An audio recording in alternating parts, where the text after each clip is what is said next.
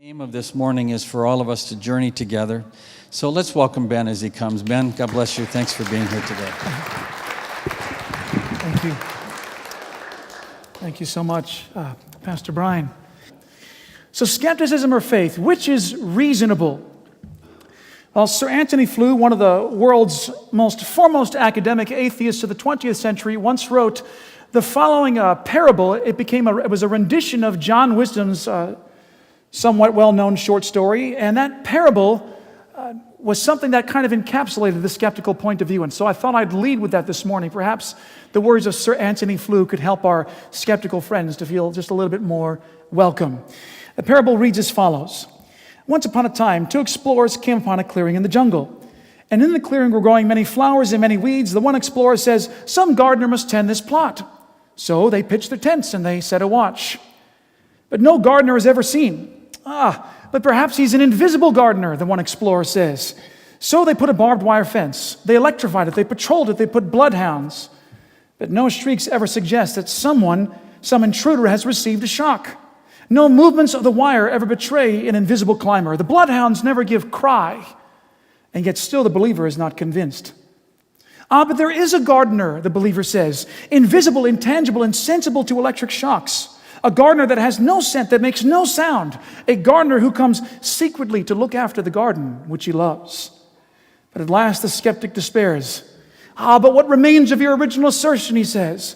Just how does this invisible, intangible, eternally elusive gardener differ from an imaginary gardener, or else no gardener at all? And I think that Flew has captured perhaps a bit of the pulse of the skeptical point of view. Well, several years later, a noted Christian apologist by the name of John M. Frame wrote a reply to Sir Anthony Flew's parable, which I believe begins to help us to understand what might be some of the folly of skeptical reasoning. And that parable reads in like manner as follows. Once upon a time, two explorers came upon a clearing in the jungle. A man was there pulling weeds, applying fertilizer, trimming the branches. The man turned to the explorers and introduced himself as the royal gardener. One explorer shook his hand and exchanged pleasantries. The other ignored the gardener and turned away. He said, "There can be no gardener in this part of the jungle. This must be some kind of a mistake. Someone is trying to discredit our previous findings."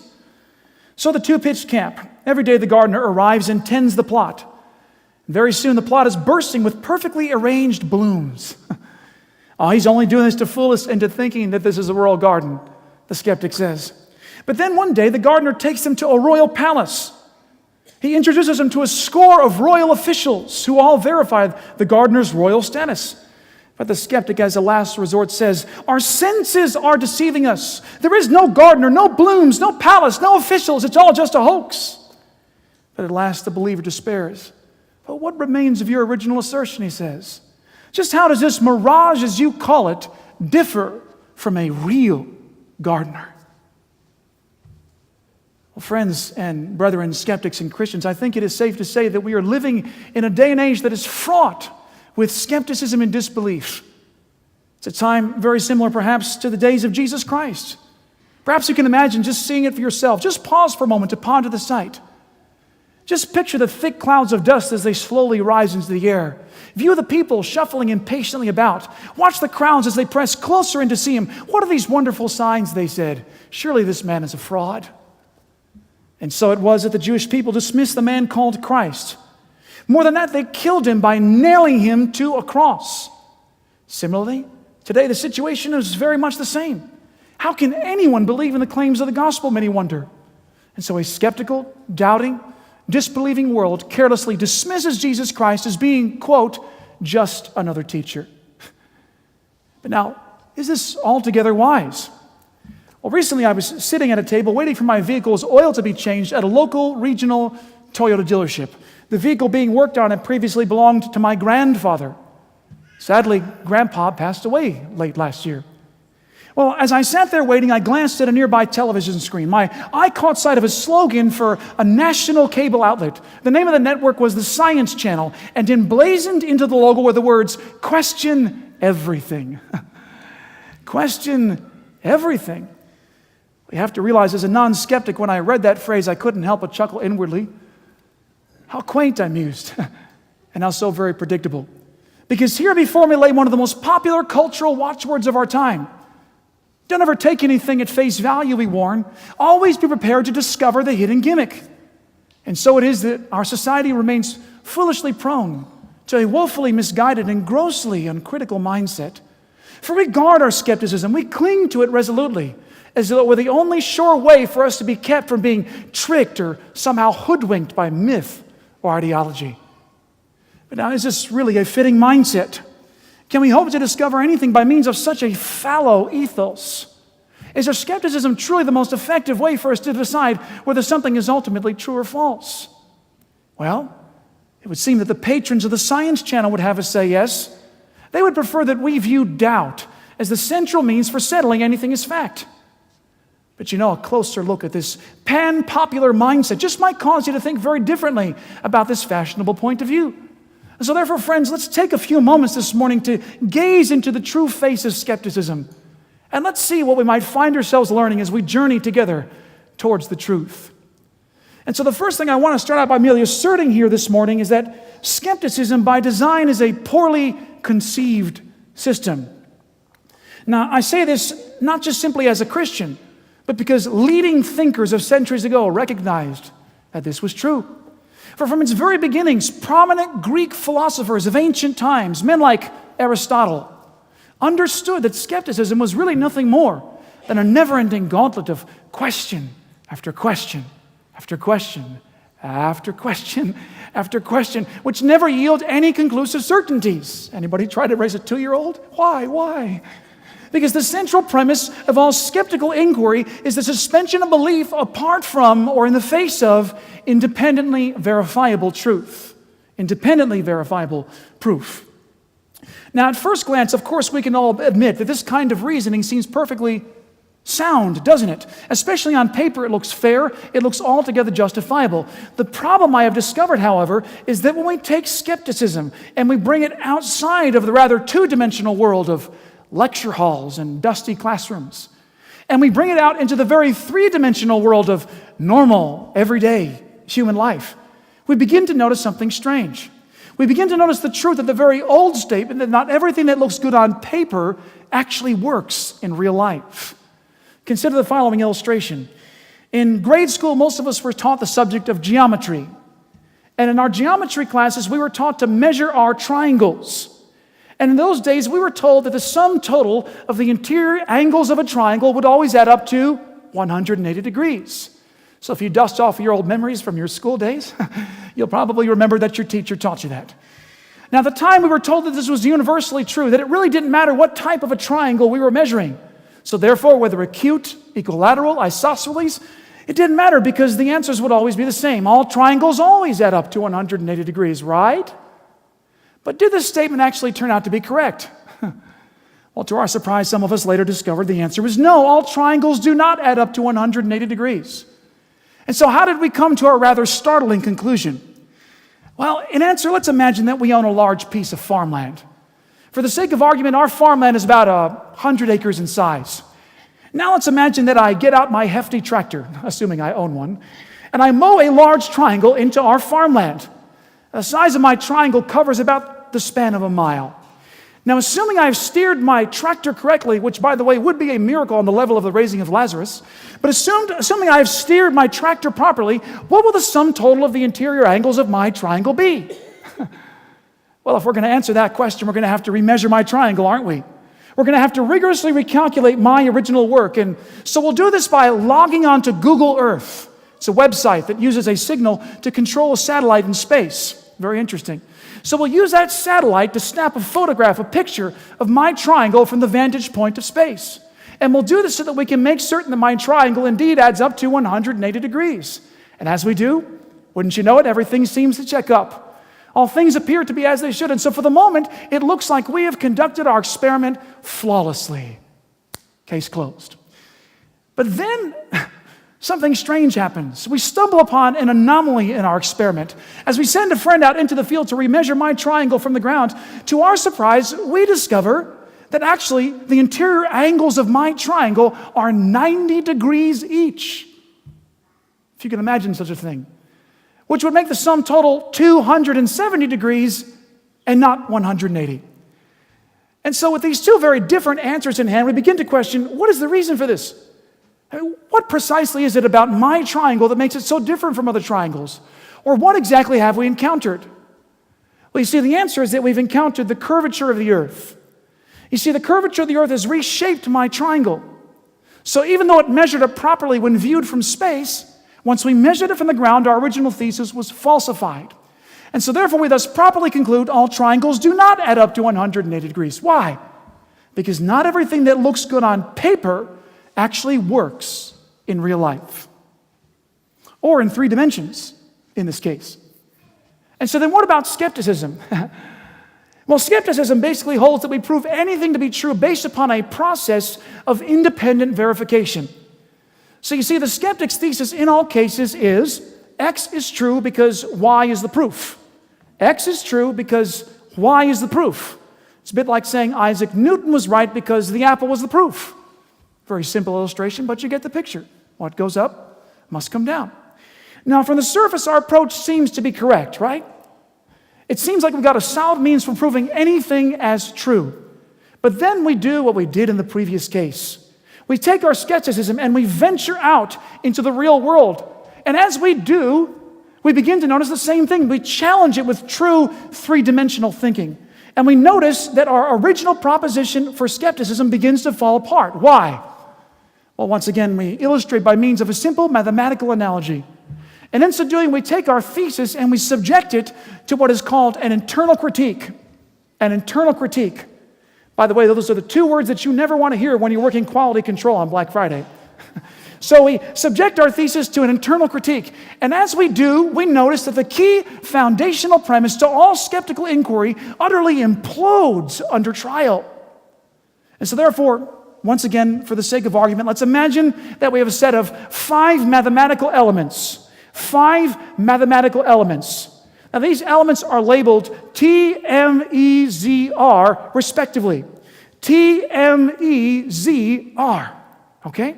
Now, using these 5 elements as our chief example, we'll see if our original skeptical assertion holds up. So, we write, T is true because M is the proof. But that means M is true because E is the proof. So, E is true because Z is the proof. But that means Z would be true because R is the proof. You seeing how this works? Watch carefully. R is true because... Boy, that was a little bit weird. Let me try that again. R is true because... Boy, it's almost like I need to grow a 6th finger there just so I can prove R true. My name is Inigo Montoya. I'm looking for the 6-fingered man. So why exactly is R true? Now you see, folks, what we have just encountered here is the real problem with skepticism. Because if everything must be justified or proven by something other than itself, that means we no longer have a way to prove anything. Anything. Why? Because the same argument works when you invert it. So watch carefully. Z is uncertain because R can't be proven. But that means E is uncertain because Z can't be proven. But that means M is uncertain because E can't be proven. So T is uncertain because M can't be proven. So you see what happened here this morning. We started out trying to independently verify the existence of everything. But then we learned something together, didn't we? We learned that it is actually impossible to independently verify the existence of anything. Now that may seem like a strange statement to us. However, this is a statement that is backed up by some of the leading scientists in the world today. In fact, the oracular professor Stephen Hawking himself has readily admitted to this very daunting challenge to scientific belief. He writes in his latest book, The Grand Design, he writes the very troubling statement, and it goes something like this, quote, "There is no model-independent test of reality by which we can independently verify the existence of anything." You see what he's saying there? He's saying we can't really scientifically prove anything. Anything. And so therefore, this is what I've come to refer to as the proverbial skeleton in the skeptic's closet. You see, this is the one thing that every academic skeptic secretly hopes you'll never discover. For nearly every educator in our modern time is practically pinned to our foreheads that we always prove something before we can justify believing in it. But from what we're seeing here this morning, the opposite is actually true. We don't prove to believe. Actually, it goes like this. We believe so that we can prove. Because unless we simply assume that R exists, apart from going on the hunt for the six-fingered man, we cannot prove the existence of the other four elements in our experiment. You see this? And so therefore, in light of this very curious problem, I've come to begin to wonder to myself, why is it that skepticism has survived as long as it has amongst thinking people? For at the end of the day, skepticism must inevitably fall, dare I say, in worship at the feet of one of three great premises. And so, friends, let's spend just a little bit more time here this morning to just probe around a little bit in skepticism's dirty little closet, shall we? And let's see why it is that this species of thought should have been declared dead or extinct a long, long time ago. And so we'll first begin by addressing the initial impasse that faces skepticism, a problem which philosophers have long referred to as the infinite regress. The infinite regress. And so what in the world is that?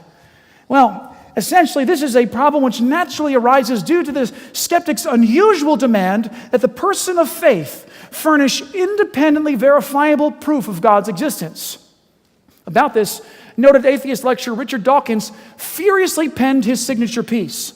And then his best-selling opus, The God Delusion, Dawkins writes the following forceful statement. He says, listen, he says, even in the absence of a strongly satisfying explanation for the origins of the universe, we are not justified in inferring intelligent design as the best explanation. Really? So intelligent design, meaning God could not explain how the universe came to be? Well, why not? Well, Dawkins gives us his answer. He writes, for then a new problem arises, namely, who designed the designer? Who designed the designer? Now, of course, you've heard this before. For Dawkins' fearsome argument has been posed by many, many skeptics in the world today. In fact, it is a common gripe of religious belief, often encapsulated in the following user-friendly statement. Say it with me if you know it. If God made the world, then what made God? See, you've heard the argument before. The problem, however, in this case is that the question simply has no answer. There is no adequate reply that anyone can give here. And the reason is because of what we just pointed out a moment ago. It is impossible to independently verify the existence of anything, from the smallest molecule to the largest galaxy to the entire universe itself, to say nothing of the challenge of independently verifying God's existence.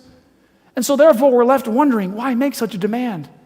Why should we insist on such unusual proof? Doesn't it seem rather strange, especially when considering that the skeptic himself, if forced to lean on his own approach, would be unable to verify the existence of the moon?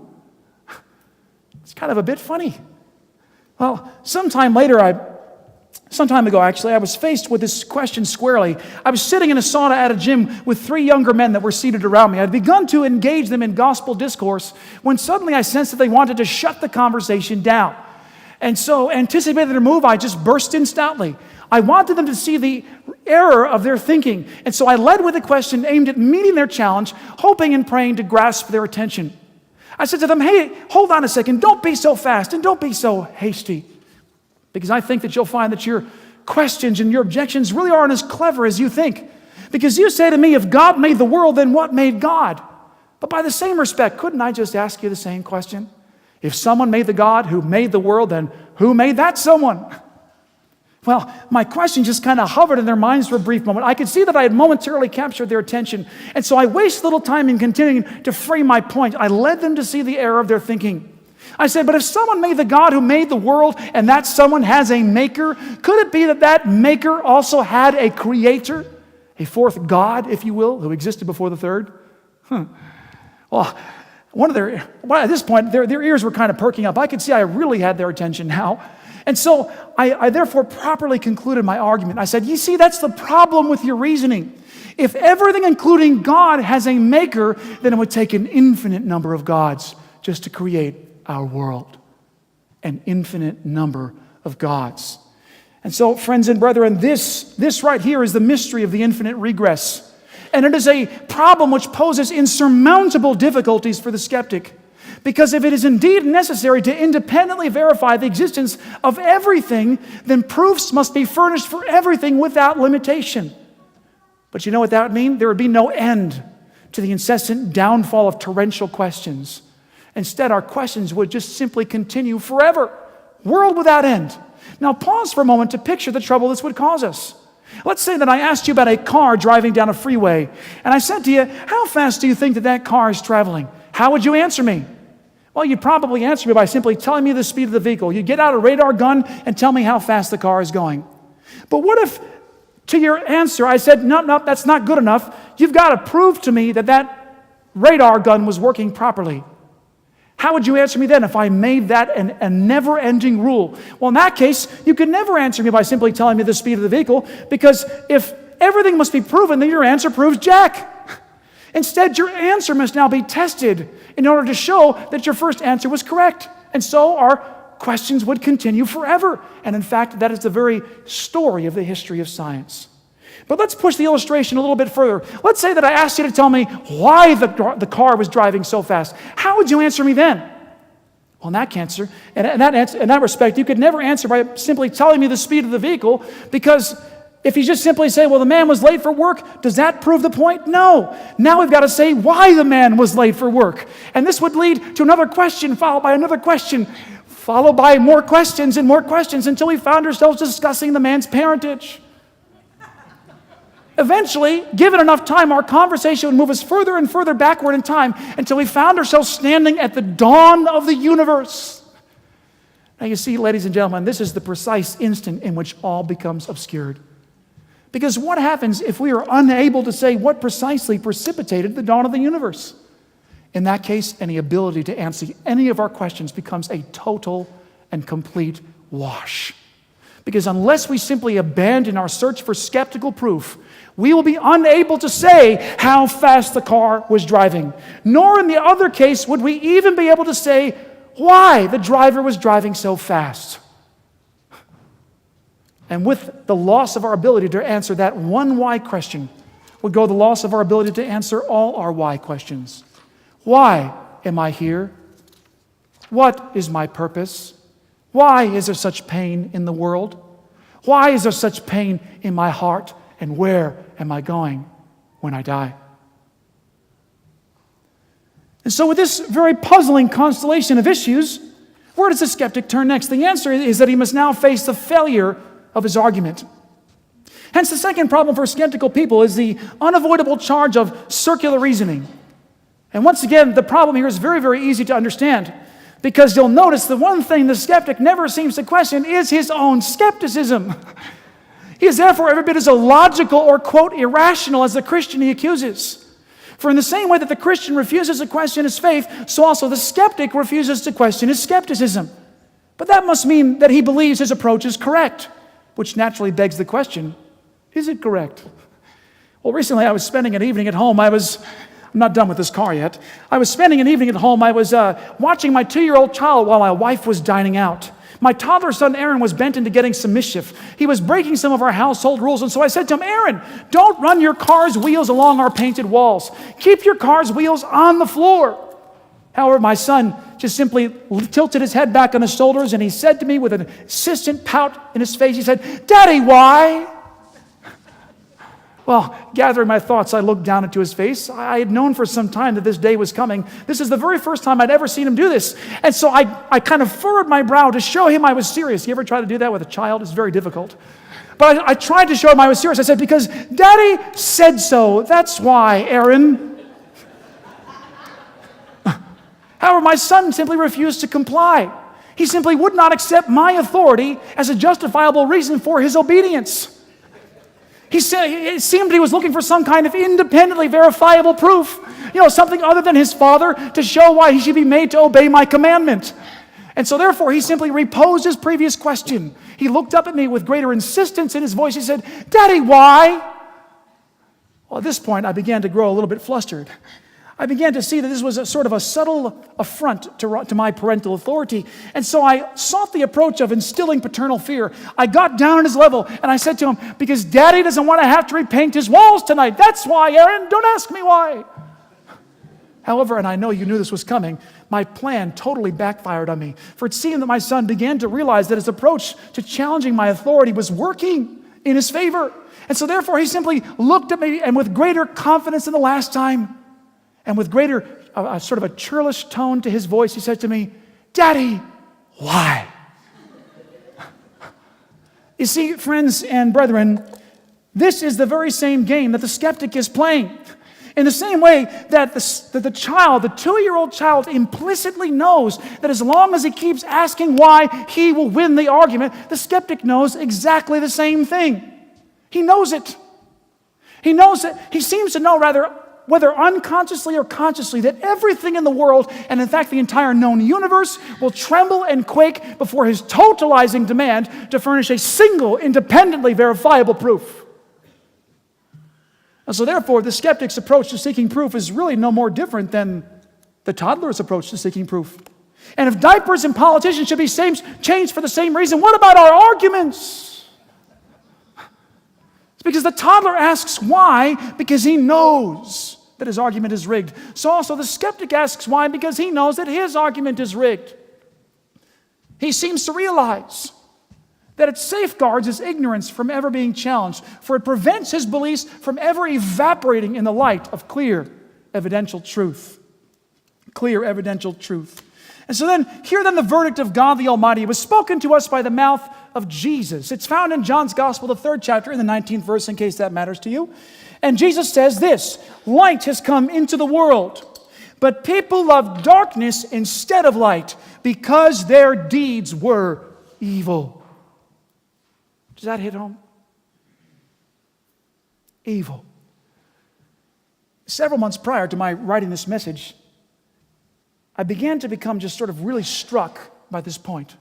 I was utterly whelmed by our brazen and forceful, total, all-out rejection of the message of Jesus. And some time later, I sat down to write. In fact, it was a very similar message to the one that you're hearing now. I was attempting to jot down a point about goodness. I was searching for a word, and I was wrestling with a phrase. And as I reasoned and toiled, I inwardly questioned, what term could I use to replace the word good? I'll certainly find that if I search hard enough, I thought. It would simply be a matter of discovering the right match. And so grabbing my computer, I pulled up my thesaurus. I typed the word good into my search. I then struck the keys and I sat back to wait. My laptop drew circles as it calculated a reply. Well, within a few moments, a list filled my screen. My heart felt relieved by the number of choices. However, my mood was quickly turned. I became utterly appalled by what lay before me. You see, because there, as a replacement for the word good, the word bad was prominently featured. I was just utterly shocked by the lofty position it held. It was second place, runner-up on my list. How could this be, I thought to myself. Bad is an antonym, it's an opposite for good, and yet there it lay, staring me down, defying my reasoning, demanding my attention. Please understand, the novelty here didn't shock me. Such slang is common to any city streets. What shocked me the most was to discover the source. The streets, no surprise, but a thesaurus? What's next, the dictionary? Folks, since when did bad become a textbook equivalent for the word good? Since when did academia accept such parlance? Could it be that Jesus was really right all along? We have gone trading bad for good because we love what is evil. Fellow man, please understand, there is no other reason for us to carry on our skeptical games. For no moral saying of Jesus of Nazareth should rightly arouse our hearts to such profound suspicion. And so therefore, in the final analysis, skepticism can really be nothing more than a philosophical prank, an elaborate joke that the objector plays upon the respondent, hoping to captivate his critical thinking. I once wrote a tale of a skeptic and a rabbi sitting together eating in a restaurant. The skeptic is a doubter to every religion, so he therefore attempts to make his guest blush, and he challenges the rabbi to answer his question. He says, "Can God create a stone so large that he can't lift it?" The rabbi, however, ignores the skeptic, seemingly deaf to his challenging question. Well, this only made the skeptic angry. He bristles at heart from being ignored, and so he therefore again restates his question, bitter at heart for being ignored. And so he says to him, "Hear now, I will not accept your silent disdain. Answer me now, if you dare, or else admit your religion is lame. Can God Almighty fashion a stone so great and so large that he cannot lift it?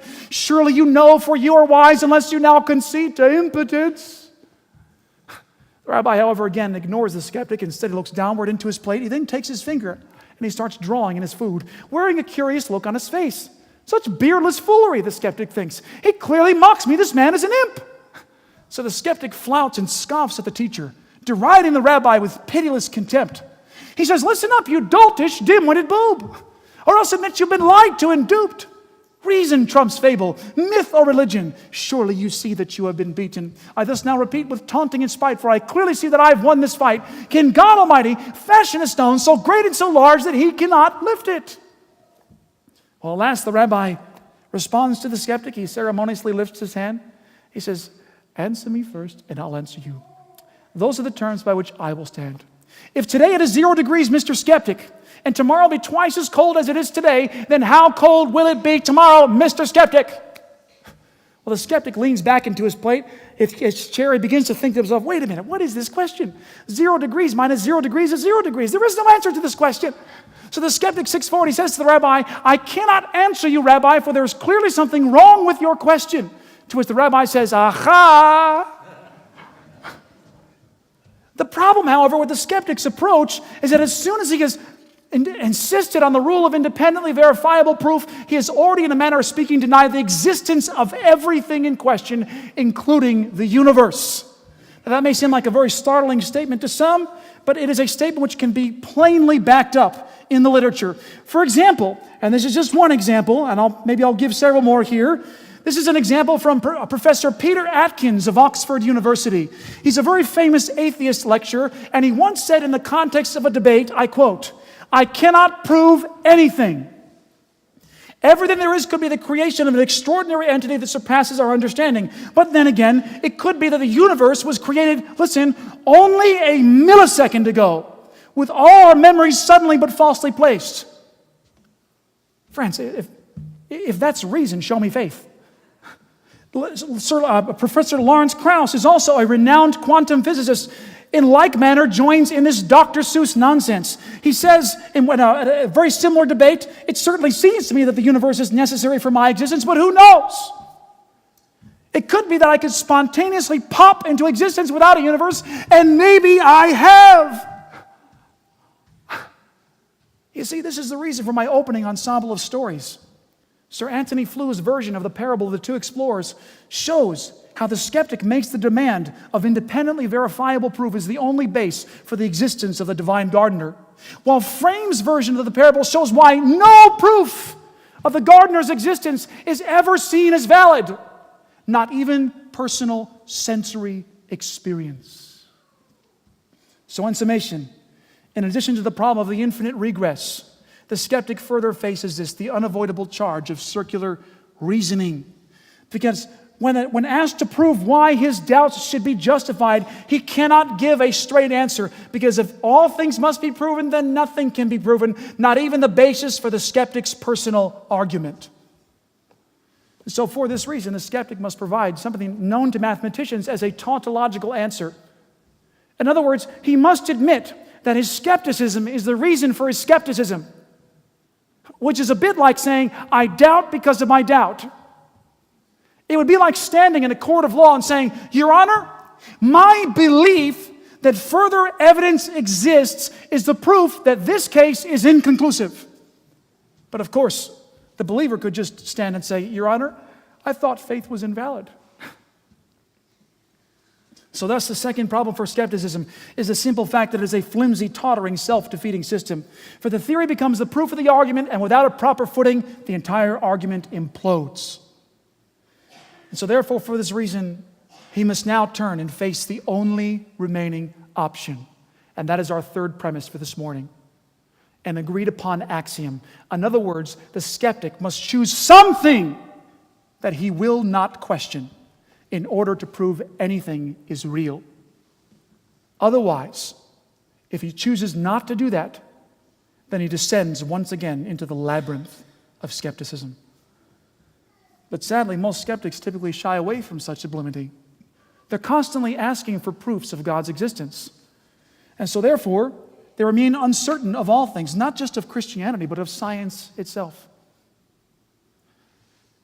Incidentally, this is actually the reason why many skeptics began to question their own existence. Some of you have heard the story of René Descartes, who said, How do I know that I even exist? There's a story that's told about a philosophy major. He ran into his professor's test room, and he says, "Hey, how do I know? How do I know that I exist? Can you tell me how I know I exist?" The professor said, who should I say is asking the question? And Rene Descartes, he terminates his constant skepticism in this one statement. He didn't know it at the time. He was taking it straight from the pages of the Bible. He said, "I think, therefore I am," not realizing that Solomon, thousands of years earlier, 3,000 years earlier, had actually preempted his answer. Because the book of Proverbs says, "As a man thinketh in his heart, so is he." Well, some time ago, I faced with this problem. I was engaged in gospel discourse with a few seekers. This was a different story than the last one. And I was beginning to talk to them. I was challenging to really consider Jesus' claims about his death, his rising, and his ascending. And as we're talking, there was this other guy over in the background. He was hanging on every word of our discussion. And so I could see that this was happening. I turned to him and said, "Would you like to join in our discussion here, friend? Do you believe in the existence of God?" The man responded in a way I'll never forget. He broke down crying. Bitter tears of pain streaming down his face.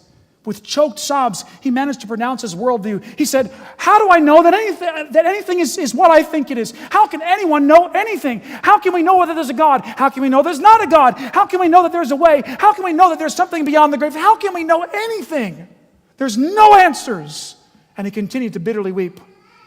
I began to listen. I said, "What's your story, friend?"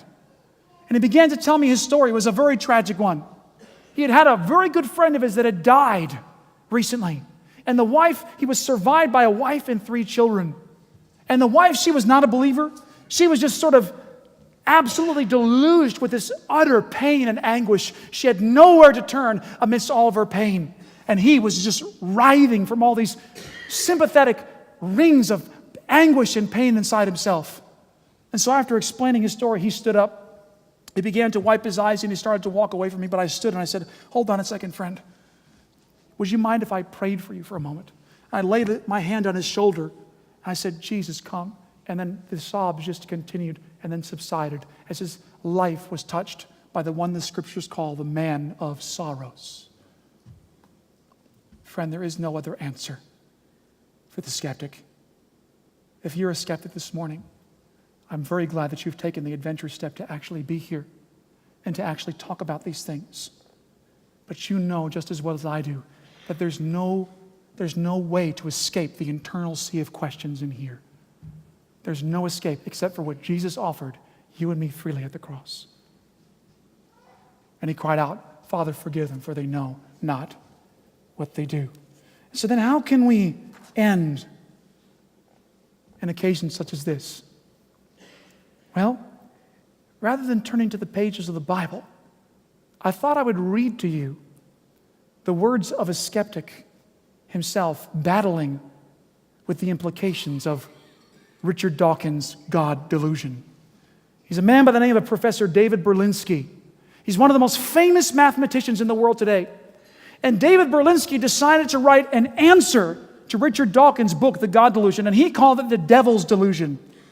And in the inside flap of the dust cover, the following statement is found. Listen to it. Has anyone provided a proof of God's inexistence? Not even close. Has quantum cosmology explained the emergence of the universe or why it is here? Not even close. Have the sciences explained why our universe seems to be fine-tuned to allow for the existence of life? Not even close. Are physicists and biologists willing to believe in anything so long as it is not religious belief? Close enough. Has rationalism and moral thought provided a moral compass of understanding what is good and what is right?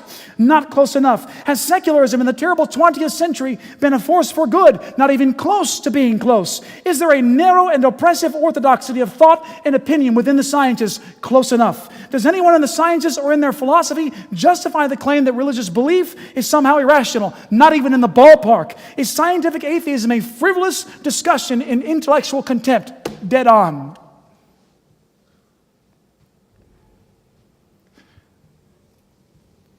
His friends and brethren is what I suspect is the foundation of our skeptical views.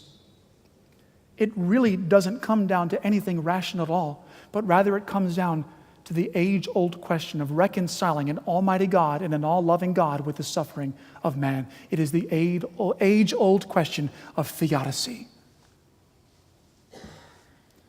And so my question for you today is, what is your reason for being a skeptic?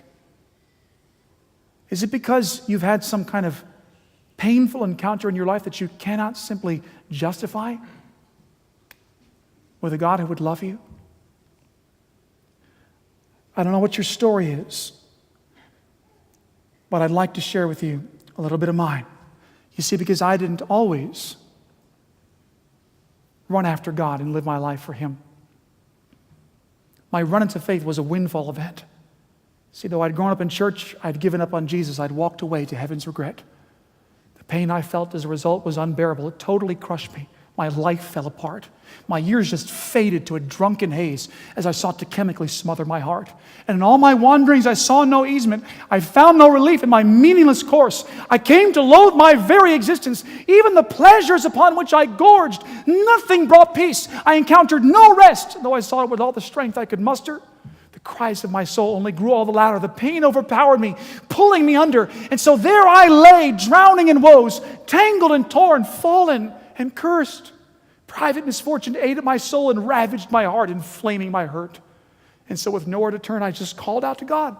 I was wholly unable to ward off my demons. And so I therefore turned to the arms of the Savior like a man far spent, weeping to Jesus. To what do I compare my turn? The story is told of a prodigal son. He worked on his family's farm and estate.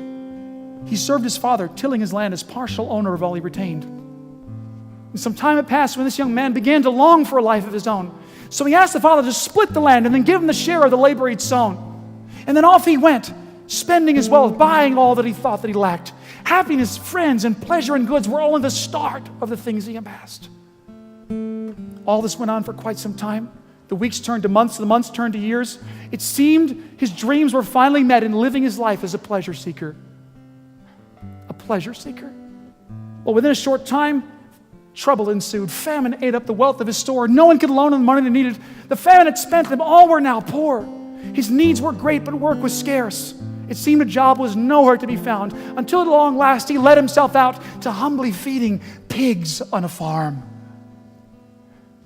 Within a short time, he found himself once again dreaming of home. How many of my father's servants, he thought, have more than enough to eat and to store? And so he made his way back to his family's estate, expecting his dad to kick him out. But to his surprise, the father received him weeping over the son that he found.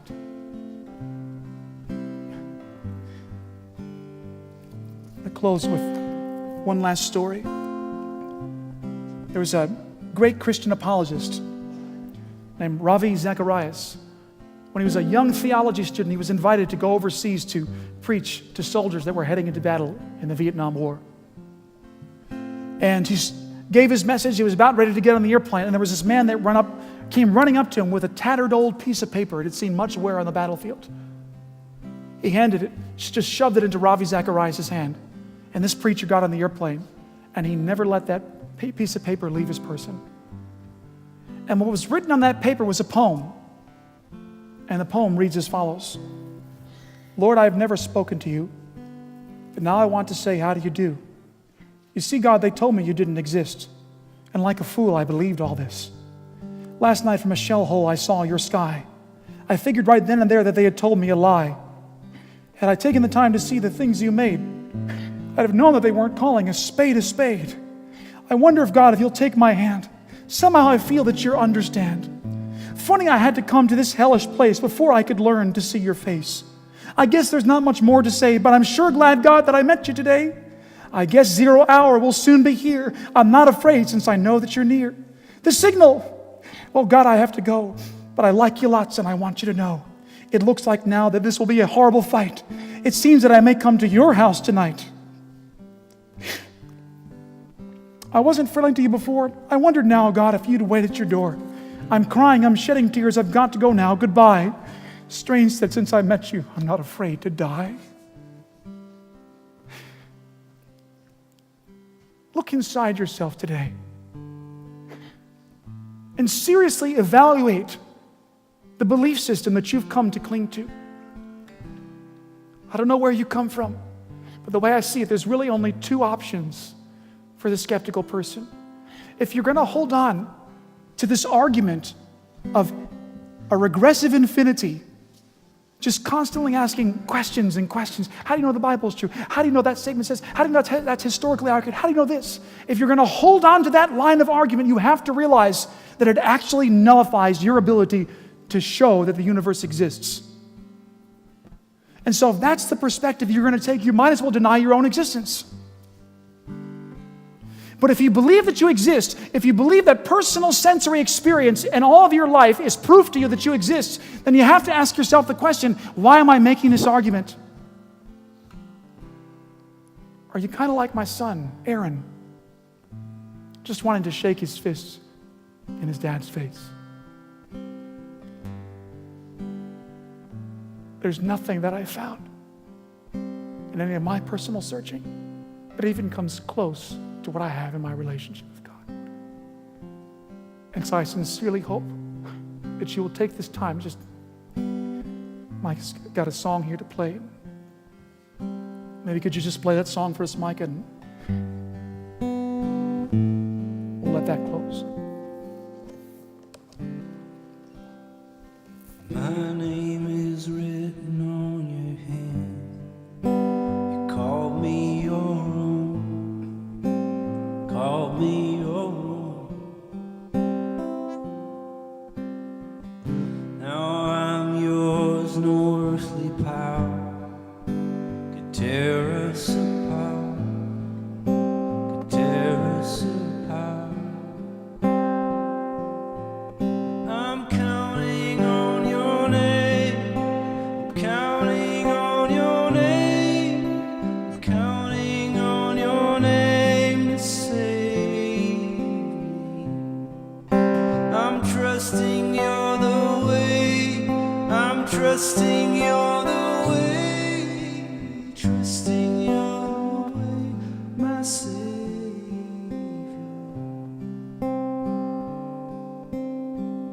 My life is built on nothing than your faithfulness, your faithfulness. Counting on Christ and Christ alone. I'm hoping in you, hoping in you. I'm counting on your name, counting on your name, counting on your name to save me. I'm trusting you're the way, I'm trusting you're the way, trusting you're the way, my Savior. I'm counting on your name, I'm counting on your name, counting on your name to save me. I'm trusting you're the way, I'm trusting you're the way, trusting you're the way, my Savior. I believe, I believe,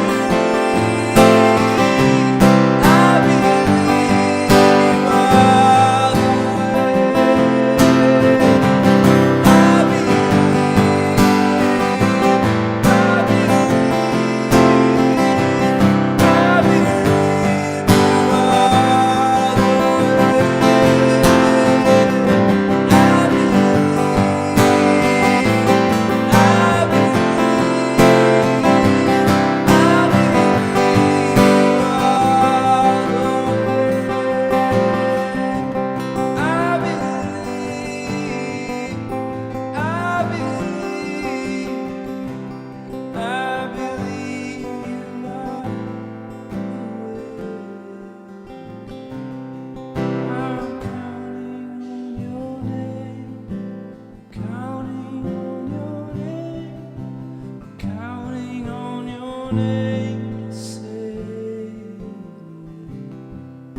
I'm trusting you're the way. trusting you're the way, trusting you're the way, my Savior.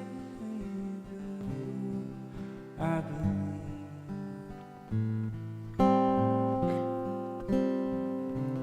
I believe.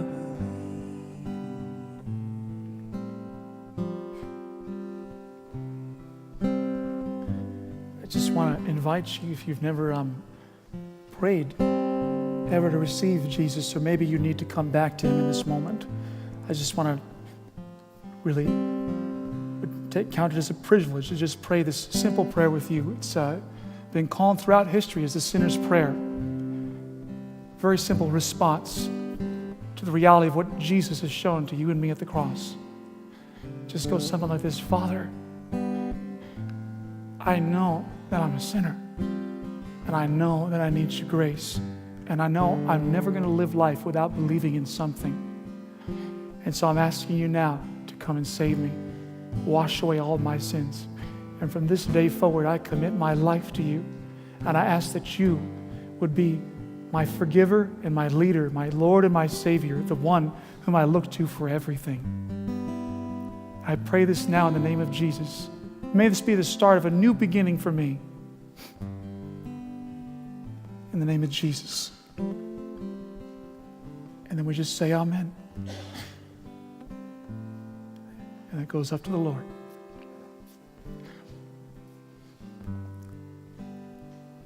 Thank you, Mike.